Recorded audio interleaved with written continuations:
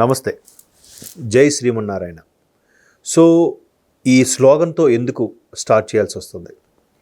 తిరుమల ప్రాశస్త్యం దెబ్బతినడానికి ఎన్ని కుట్రలు పన్నుతున్నారు. కలియుగ ప్రత్యక్ష దైవం, కలియుగ వైకుంఠం వెంకటేశ్వర స్వామి సన్నిధి శేషాచలం కొండలలో వెంకటాచలపతి నిలయం ఉండే ఆ బృందావనంలో, ఆ ఆనంద నిలయంలో స్వామివారికి నిత్యం భక్తుల తాకిడి ఉంటుంది కదా.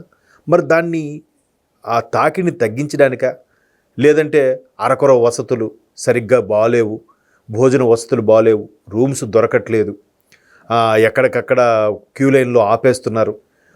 పైపెచ్చి క్యూ లైన్లో ఆపేసిన తర్వాత కూడా సాంబారు, పాలు, నీరు, సాంబార్ అన్నం, అలాగే దద్దోజనం లాంటివి ఇవ్వకుండా చాలా ఇక్కట్లు పడుతున్నారు. అంటే ఇవన్నీ స్ప్రెడ్ అయితే తిరుమలకి భక్తుల తాకిడి తగ్గిపోతుంది.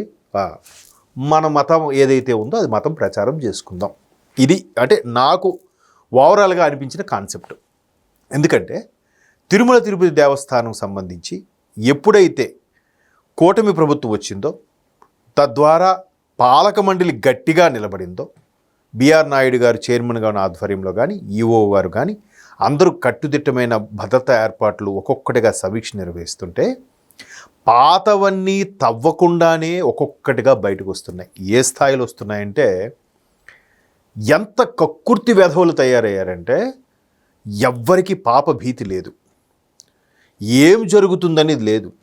మరోవైపు సోషల్ మీడియా వేదికలో ప్రతి ఒక్కరూ కర్మ ఫాలోస్, నువ్వు ఈరోజు ఒకటి దగ్గర 10 రూపాయలు తీసుకుంటే నీకు 1000 రూపాయలు పోతుంది అని చెప్తుంటే, స్వామి హుండీలో పరకామణిలోనే డబ్బులు దొబ్బేశారంటే అసలు వాళ్ళకి ఎంత నిస్సిగ్గుగా, తర్వాత నిర్భయంగా విచ్చలవిడితనానికి అలవాటు పడ్డారు గత ప్రభుత్వ హయాంలో.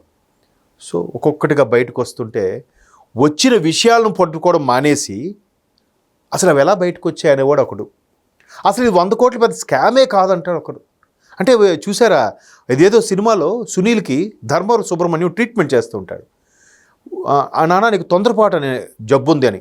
ఆ తర్వాత వాడు చెప్తూ ఉంటే ఎనీ డౌట్స్ నాన్న అంటే అంటాడు. ఏంటమంటే ఈ గూట్లే అంటే ఏంటని నన్ను అడుగుతాడు. చెప్పిన అసలు విషయాన్ని వదిలేసి పక్క విషయాన్ని, పనికిరాని విషయాన్ని, ఎందుకు కొరగాని విషయాన్ని పట్టుకున్న వాడినే గూట్లే అంటారా, గూట్లే అని తిడతాడండి. అలాగా దొంగతనం జరిగింది అంటే పెద్ద దొంగతనమే కాదే, అది జస్ట్ డబ్బులు పోయే, అది పెద్ద 100 కోట్లు పెద్ద ఇదేం కాదే అంటే ఏంటి అసలు? వీటిని ఏమనాలి? ఆ సినిమా టైపులో అలా పేర్లు పిలవాలా అంటే? అట్లాంటి పరిస్థితులు వస్తున్నాయి. తాజాగా ఉప ముఖ్యమంత్రి పవన్ కళ్యాణ్ గారు ఇచ్చిన ఒక ప్రెస్ మీట్లో తెలిసింది ఏంటంటే, స్వామివారికి బ్రహ్మోత్సవాల టైంలో కానీ పెద్ద పెద్ద వాళ్ళు వచ్చినప్పుడు వాళ్ళకి పట్టు వస్త్రాలు కప్పి స్వామివారికి కట్టినవే తీసుకొచ్చి వాళ్ళకి ఇవ్వడం వల్ల వాళ్ళు చాలా ఆనందభరితం అవుతారు. కొంతమంది వేలంలో దాన్ని దక్కించుకుంటారు. ఇంకొంతమంది స్వామివారికి దగ్గరగా దర్శనం చేసుకొని అక్కడ ఆలయ పూజారులు వాళ్ళు స్వామివారు కట్టిందే మీకు వేస్తున్నాం చెప్పి మెడలో వేస్తే అమితానందం పొందుతారు. అబ్బా, స్వామివారు ధరించింది మనకు ఈరోజు ఇచ్చారా అని. అవి ఎక్కడ కూడా స్వామివారికి ఎవరైనా సరే అసలు సెసలు నిఖార్సైనవే వాడుతారు. అది నెయ్యి కానీ, ఆహార పదార్థాలు కానీ, పట్టు వస్త్రాలు కానీ. ఆ పట్టు వస్త్రాలకు కూడా కక్కుర్తి పడ్డారటండి. మలబరీ పట్టు పురుగు నుంచి వచ్చే పట్టును వాడకుండా పాలిస్టర్తో కూడిన పట్టు అని చెప్పేసి బయటికి షో చేసేసి 54 కోట్ల స్కామ్ చేసేసారట. చూసారా? అంటే ఇప్పుడు నెయ్యి వ్యవహారమే, కల్తీ నెయ్యి వాడేసి ఈ నెయ్యికి ఎంత ఖర్చు అయింది, 23 లక్షల కేజీల లేదా 23 లక్షల టన్నుల నెయ్యి వాడాము కాబట్టి దాని నెయ్యికి ఎంత స్వచ్ఛమైన ఆవు నెయ్యి, దానికి ఎంత అవుతుందని ఎలాగైతే డబ్బులు తినేశారో, ఇప్పుడు కూడా ఒక పట్టు చీర లేదా ఒక పట్టు వస్త్రం ఎంత కాస్ట్ ఉంటుంది? నిఖార్స్ అయిన పట్టు అయితే మినిమం 10,000కి తక్కువ ఉండదు. ఏదైనా సరే, అది ఒక దుపట్టా అవ్వచ్చు, చీర అవ్వచ్చు, లంగా ఏదైనా అవ్వచ్చు. అలాంటిది దాన్ని కూడా పాలిస్టర్ మిక్సింగ్ చేసి అక్కడ కూడా 54 కోట్లు తినేశారంటే అంటే ముఖ్యమంత్రి, ఉప ముఖ్యమంత్రి గారి ఆవేదన అదే. అయ్యా, మనకి మంచి పాలక మండలి వచ్చింది, ముఖ్యమంత్రి గారు పర్యవేక్షణ ఉంది, మంచి ప్రభుత్వం ఉంది, చంద్రబాబు నాయుడు గారి పరిపాలనలో ఎక్కడ కూడా రాజీ పడకుండా వెళ్తున్నారు. అప్పుడు ఇవన్నీ బయటకు వస్తున్నాయి.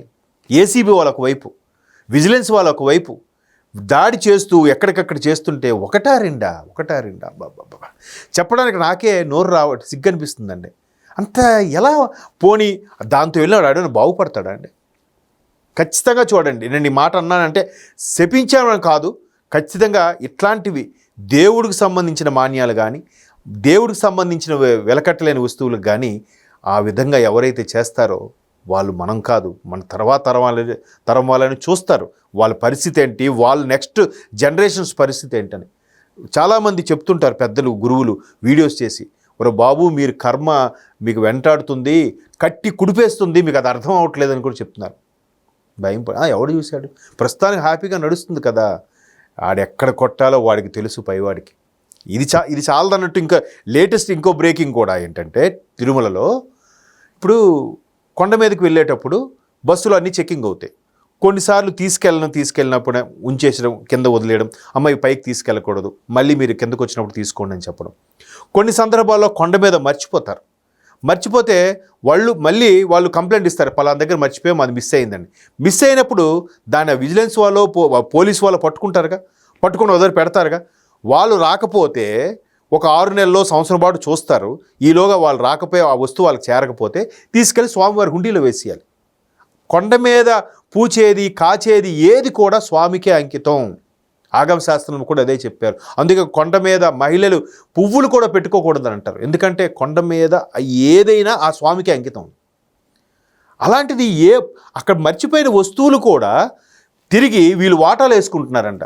అదే సినిమా బ్రహ్మానందం గారు, ఎంఎస్ నారాయణ వాటాలు వేసుకున్నట్టు, ఇది నీకు, ఇది నాకు, ఇది నీకు. అంటే ఒక మంచి ర్యాంక్ ఉన్నోడికైతే పెద్ద సగం వస్తువులు ఆడిగట, మిగతా చిన్న ర్యాంక్ వాళ్ళందరూ షేర్ చేసుకోవడం అంట. ఏం కుర్తు బతుకులే మీరు? ఇంత హీనమా, ఇంత నీచమా? చిన్న విషయాలకు కూడా మీకు జీతాలు ఇస్తున్నాయి. అయితే ఇక్కడ ఇంకొక వాదం కూడా వినిపిస్తుంది.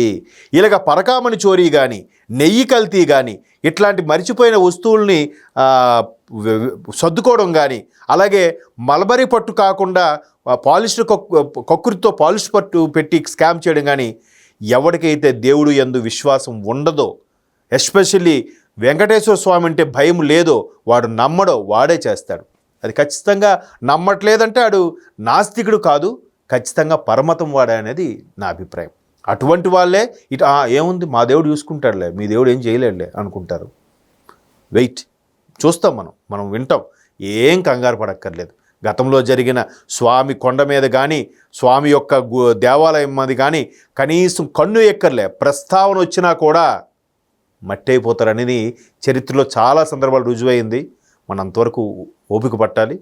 చూద్దాం నెక్స్ట్ ఏం జరుగుతుందో, అంత స్వామి చూసుకుంటారు అంతే.